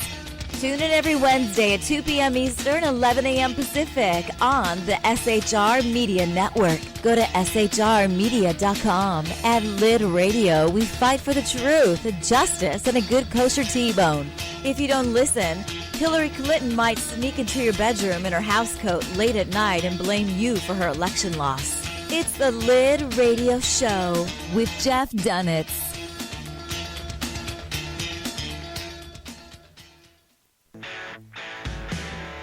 Hey girls, Carry Girl Gear is here. More and more women every day are concealed carrying, participating in competitive shooting, and getting firearms training. It's not a boys' club anymore, and we don't have to shop in their stores anymore either. Finally, a cool and unique clothing line just for women. Dope tees and hats for the patriotic, concealed carry, and 2A girl. So what are you waiting for? Go check out carrygirlgear.com today. It's your business diva here, Melanie Collette. I am inviting you to a front row seat as I discuss some of the most intriguing details of wealth and finance with today's movers and shakers in the world of business. Listen in and discover financial truths on a global, domestic, and household scale. Uncover topics that will impact your wallet today and in the future. Money Talk with Melanie airs Monday through Friday, 5 p.m. East, 2 p.m. West, right here on SHR Media and High Plains Pundit Talk Radio. You can't afford to miss it.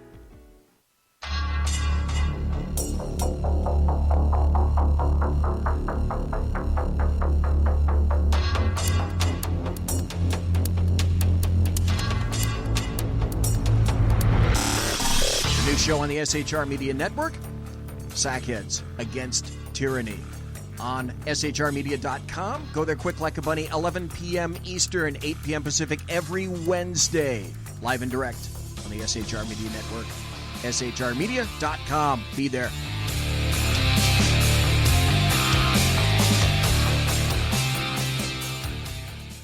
When dirty politicians, shadow governments, and deceptive Islam blind the world with fake stream media smoke, their only fear is one man with a cane.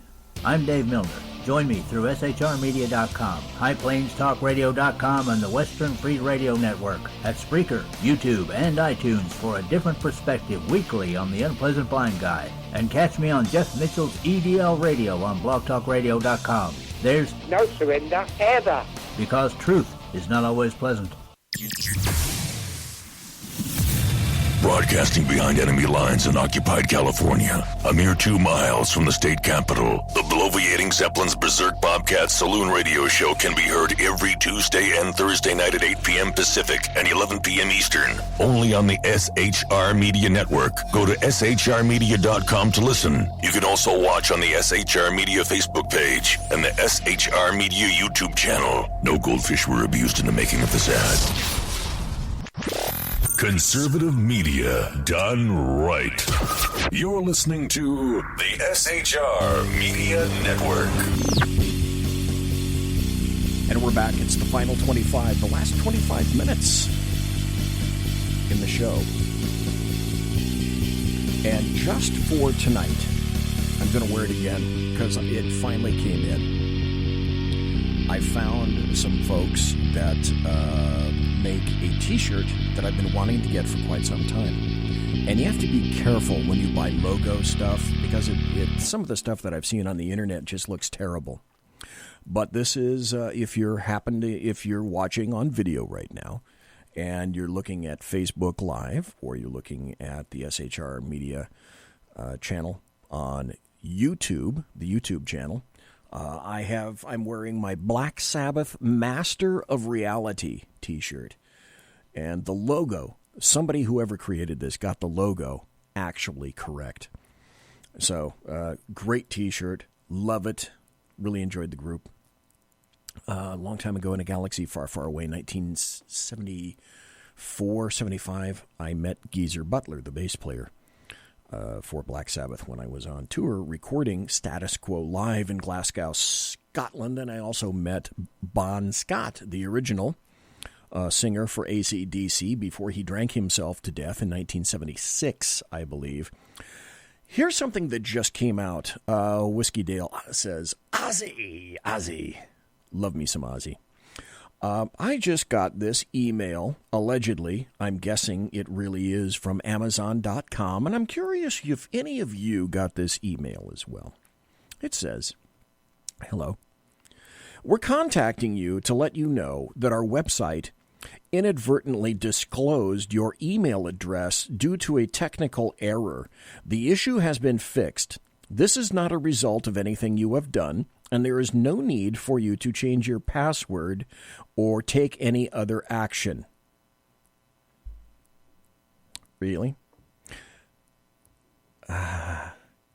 Now, if you ever get emails like this, number one, I don't trust any of them. It's trust but verify. But because of this, one of the things that you want to make sure that you don't do is attempt to respond to things like this, because this may or may not be spam. So it says there's no need for me to change my password. Maybe it's time for me to go in and change my password, but only on the official Amazon site. But see, stuff like that now makes me wonder if there's someone out here that's phishing and waiting for me to go to Amazon because they must have something and watch me change my password to Amazon and or change my account on this email account. So on the internet with Digitalis, you have to be suspicious of absolutely everything. So I find this a little bit disturbing. And I'm of two minds about what I'll do with it.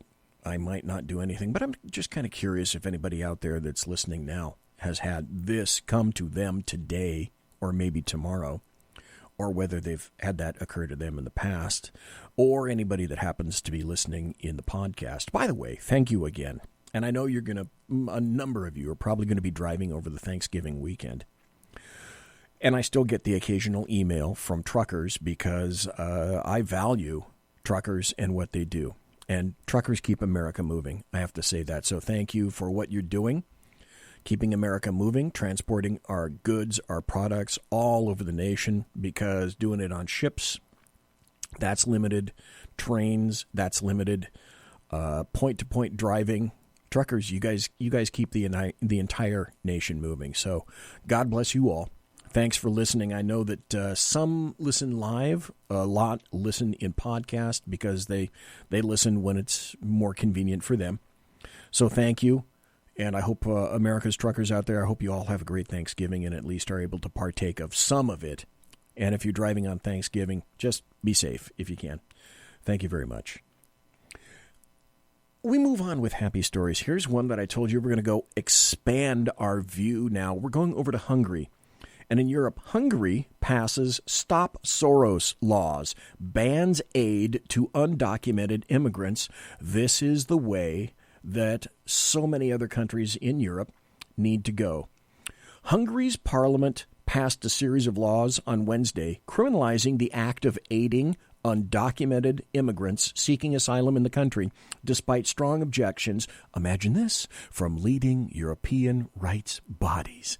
The suite of bills called Stop Soros allow the government to imprison individuals and non-governmental organizations for NGOs, folks, NGOs, for up to a year if they're deemed to be facilitating what it says is illegal immigration by people not entitled to protection, the BBC reported. In other words, stop. This is a country, Hungary, taking advantage of the laws that are already on the books to protect Hungarians. This is a country actually taking advantage and holding people responsible to laws that are already on the books and some new laws that are created to protect the citizens of Hungary. Imagine that. But now it starts to get a little bit dicey. The latter is in direct defiance of the EU's migrant relocation plan that would spread more than 150,000 Syrian, Iraqi, and Eritrean asylum seekers among member countries. A quota policy Hungary's been fighting since it first rolled out.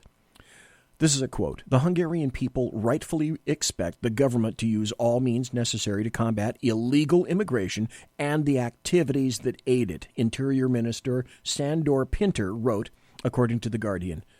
Pinter added, the Stop Soros package of bills serves that goal, making the organization of illegal immigration a criminal offense. We want to use the bills to stop Hungary from becoming a country of immigrants. In other words, people should respect their borders and their wishes as a country. What a unique concept, and that's why it's definitely a happy story. Here's another one. This comes from Breitbart, and it goes like this. Exclusive NYC, New York City 9/11 top cop Bernard Kerik says, the FBI must classify Antifa as a domestic terror group. Shocking of... Wait, if I had a producer, what you would have heard is classify Antifa as a domestic terror group.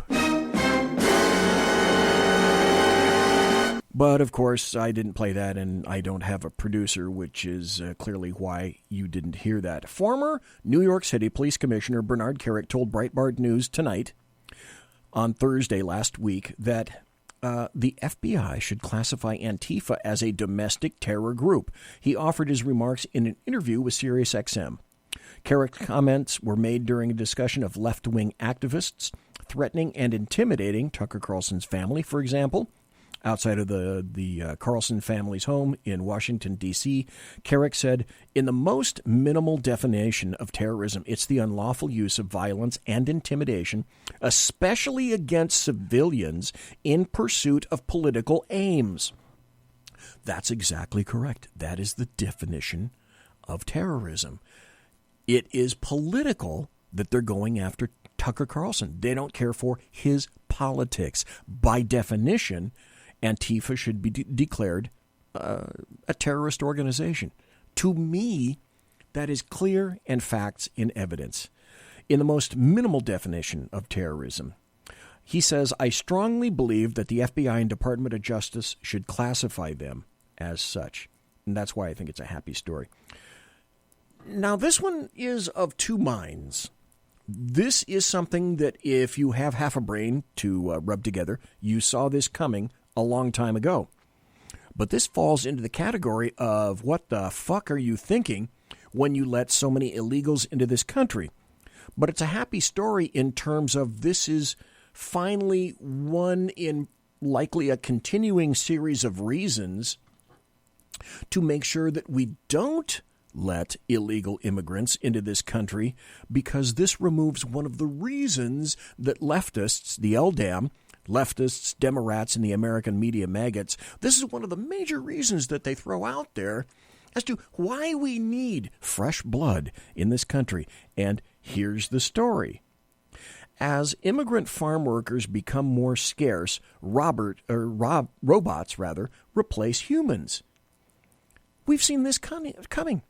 When companies faced individuals who had to push the cheeseburger icon at McDonald's and have to pay them $15 an hour to push said cheeseburger icon, it should have come as no shock to anybody that many fast food chains now are migrating over to ordering kiosks in order to stop paying people to do essentially nothing but push the cheeseburger icon at McDonald's.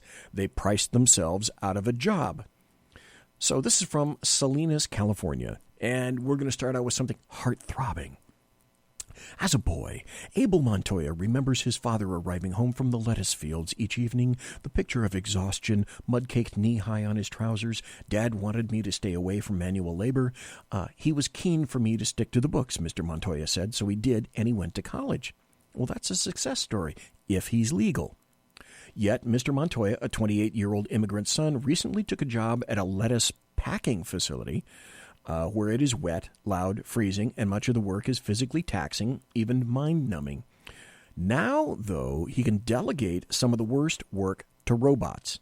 Mr. Montoya is among a new generation of farm workers here at Taylor Farms, one of the world's largest producers and sellers of fresh-cut vegetables, which recently unveiled a fleet of robots designed to replace humans, one of the agriculture industry's latest answer to a diminishing supply of immigrant labor. Stop.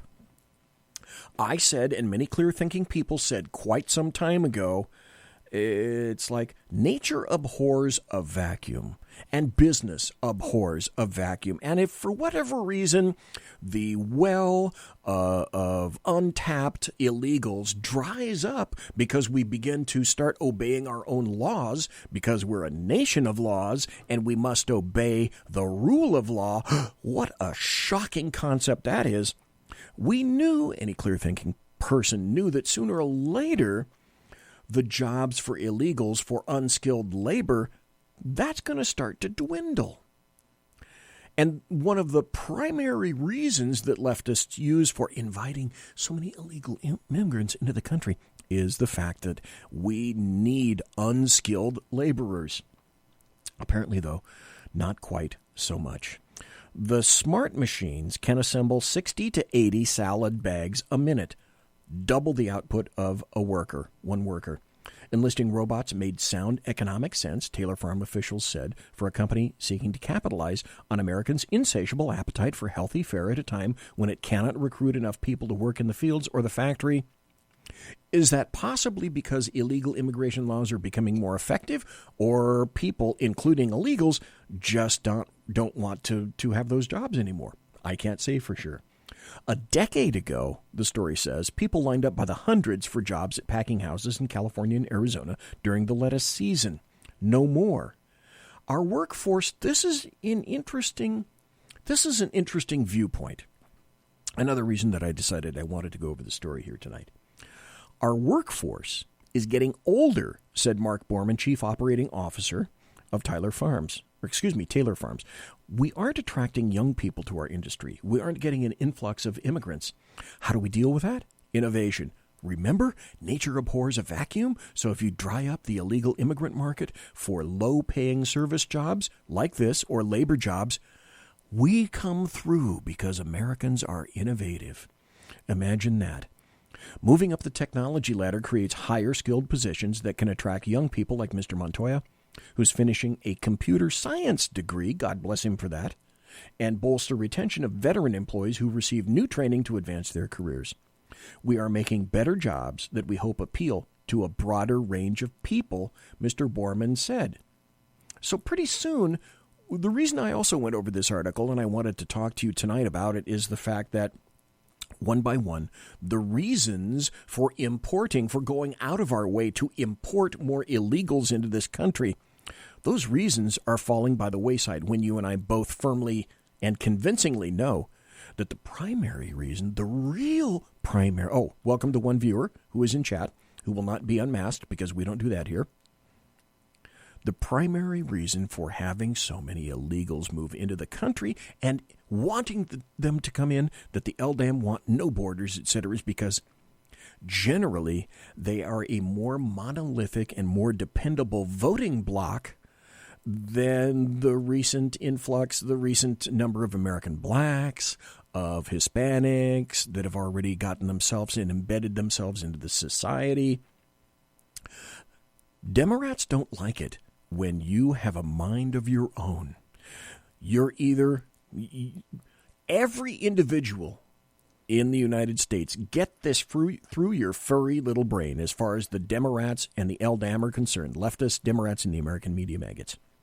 You fall into one of two categories, according to the LDAM, and you're one or the other. It's an if-or thing.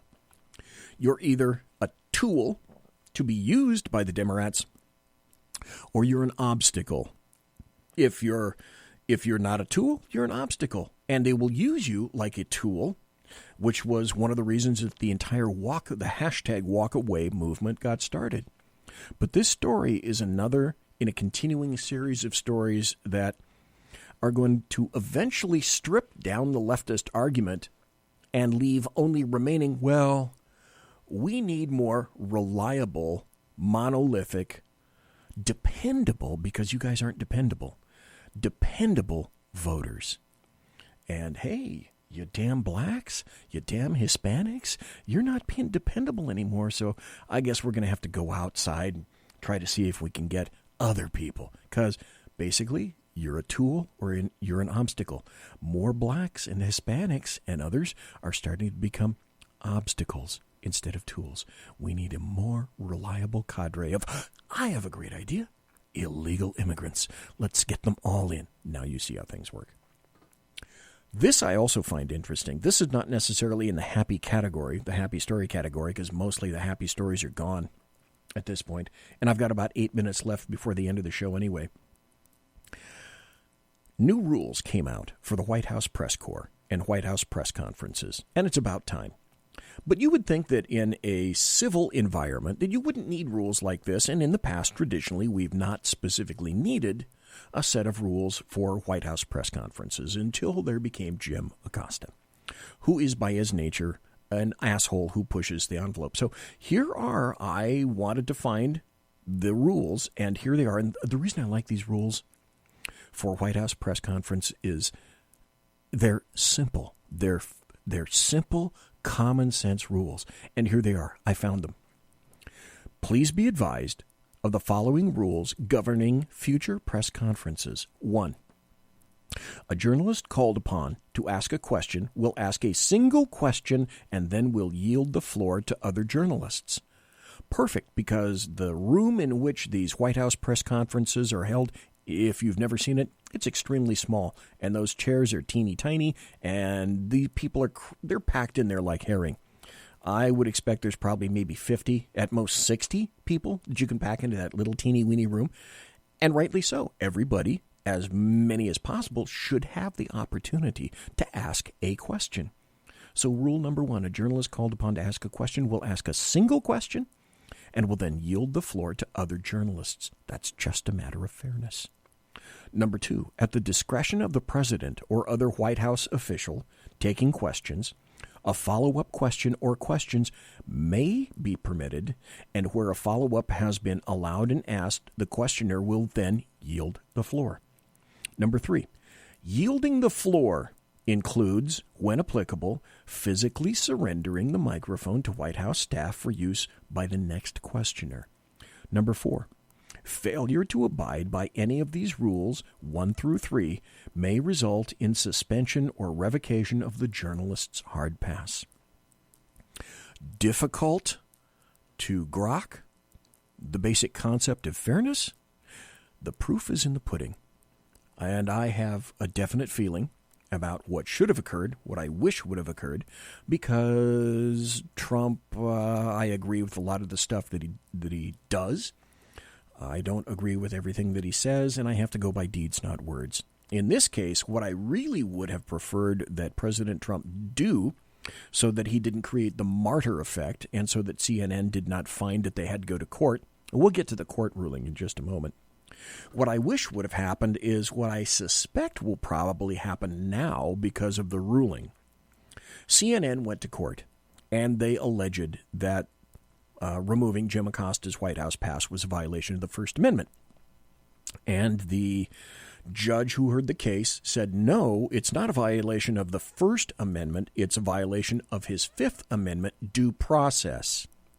So now the White House has a list of rules to include due process and how it is that you violate said rules in order to make sure that those rules are adhered to, and then whatever form of due process will occur. When in fact, all they had to do, and what I hope, I don't know, but what I hope will occur now is Jim Acosta waltzes into the room. And by the way, the thing that should have been argued, and I believe it was, is that only Jim Acosta was affected. The rest of CNN was not affected at all. So CNN made the argument that the First Amendment, the First Amendment of CNN's First Amendment was completely violated when it was not. It was just one individual, just Jim Acosta. Just Jim Acosta. So here's what I'd like to see occur in the future. Jim Acosta comes waltzing into the room. He sits down in whatever chair that he occupies, and people point and call on individuals, and at no time does the president call on Jim Acosta. Because fairness is done. Respect is done. CNN has quite clearly shown that. No respect for the president, so why is it that the president needs to, or whoever's up there, Sarah Huckabee Sanders, Jim Acosta has gone out of his way, that he's not there necessarily to ask any questions, whatever. He's just there to interrupt and to pontificate, which clearly indicates to me that, hey, CNN, why don't you give Jim Acosta his own show? Get him the hell out of the press room, give him his own show, let him pontificate on CNN, and we'll see how the ratings for that show go. My guess would be the ratings are going to tank. Just like the ratings for that comedian for the journalists. That's coming up very shortly. The press, or the certain club where they roast the president, and whatever comedian that was. By the way, I don't know if you know, and I can't even think of her name. It's not worth repeating here. She got her show. She got a very own show after that. And it was on for a month. And then she tanked. Which is exactly what would happen to Jim Acosta's show. Any show that CNN gave to Jim Acosta, it would likewise tank as well. Oh, there's so much stuff that I haven't gone. I say this every night. I say this every time. I'm going to bypass this, and I'm going to go to this. This may be my final story for tonight. And this should, again, shock you. But the reason I tell you stories like this, and there's one particular individual, he keeps saying, I don't want you to hear any more stories about California. I don't want to hear, California can go to hell. I don't want to hear about any more California stories, BZ. I'm going to tune you out. I don't want to hear any more California stories because you complain, stop your bitching, stop your complaining. I don't want to hear about these stories. Well, the reason I tell you about the stories that occur in California is let this state be a cautionary tale as to what not to do in your state, or to pull away the cobwebs so that you've seen and heard about these things occurring in California, and in your state, you recognize them when you see them and when you hear them coming, because BZ gave you an awareness. This is the final story of the night, and it's certainly not a happy story, but this is what is in the offing for your state if you're purple to blue. It's from thehill.com, and it says, Democrats gain a veto-proof supermajority in the California legislature. It's here. It's official. And I said this is what they've wanted for quite some time, and they can run rampant up and down this state, and the Republicans don't mean a dribbly piss to the Demorats in the state of California. Democrats gained a veto-proof supermajority in both chambers of the California legislature Monday last week after picking up 2 more seats in the state Senate. Democrats Melissa Hurtado and Assemblywoman Ana Caballero were declared victors after vote totals were updated following last week's election, the Associated Press reported. The 2 female candidates won seats in the Fresno area. Democrats now have a 2/3 advantage in the 40-person Senate and in the 80-person Assembly. The massive supermajority gives the party the ability to raise taxes, suspend legislative rules, and override vetoes without one Republican vote. Not even one. The Republicans are officially and completely useless in the state of California. Don't let that be your state. Stop. I don't want that. Let's see if I can make this a little bit more clearer. Because sometimes this comes out clear, sometimes not so much. Let's see if I can make it clear this time. Okay. What is it about this cut that sometimes comes out dull and sometimes doesn't? Let's see if it's going to do it again. Otherwise, I'm just going to have to play it. All right, fine. Be that way. I don't know what the difference is. Ladies and gentlemen, boys and girls, children of all ages, thanks for listening to the Bloviating Zeppelin's Berserk Bobcat Saloon radio show, live and direct, right here on the SHR Media Network. If you want to contact me, you'll find me on Twitter at BZEP, and on my blog at bloviatingzeppelin.net. My original intro music is by Possessed Tranquility. You can find them at reverbnation.com. Promotional consideration for the show is by the Lockheed Martin Skunk Works and the Boeing Company. If it ain't Boeing, I ain't going. And also by the Pratt & Whitney Engine Company, providing thrust you can trust. My tiaras are by My Little Pony. Thanks to my personal KC-135 Kettle 1 refueling team with whom I shall be consorting in less than an hour. Thanks to Tarzana Joe for being here all first hour. Thank you ever so kindly, sir. And thank you, folks, for being in chat. Thanks for listening in podcast. Thanks for listening live. I appreciate each and every one of you. Have a great Thanksgiving on Thursday. No chat show tomorrow. No BZ show on Thursday. I'll see you back on Tuesday. Have a great Thanksgiving, great weekend, and I'll see you next week. So, folks, take care. God bless. Be safe.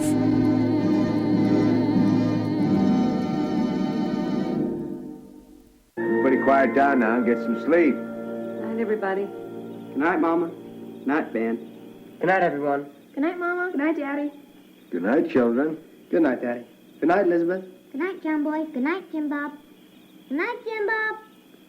Good night, Jim Bob. What's going on? I was asleep. What's everybody doing? Good night. Good night, Jim Bob. Go to sleep.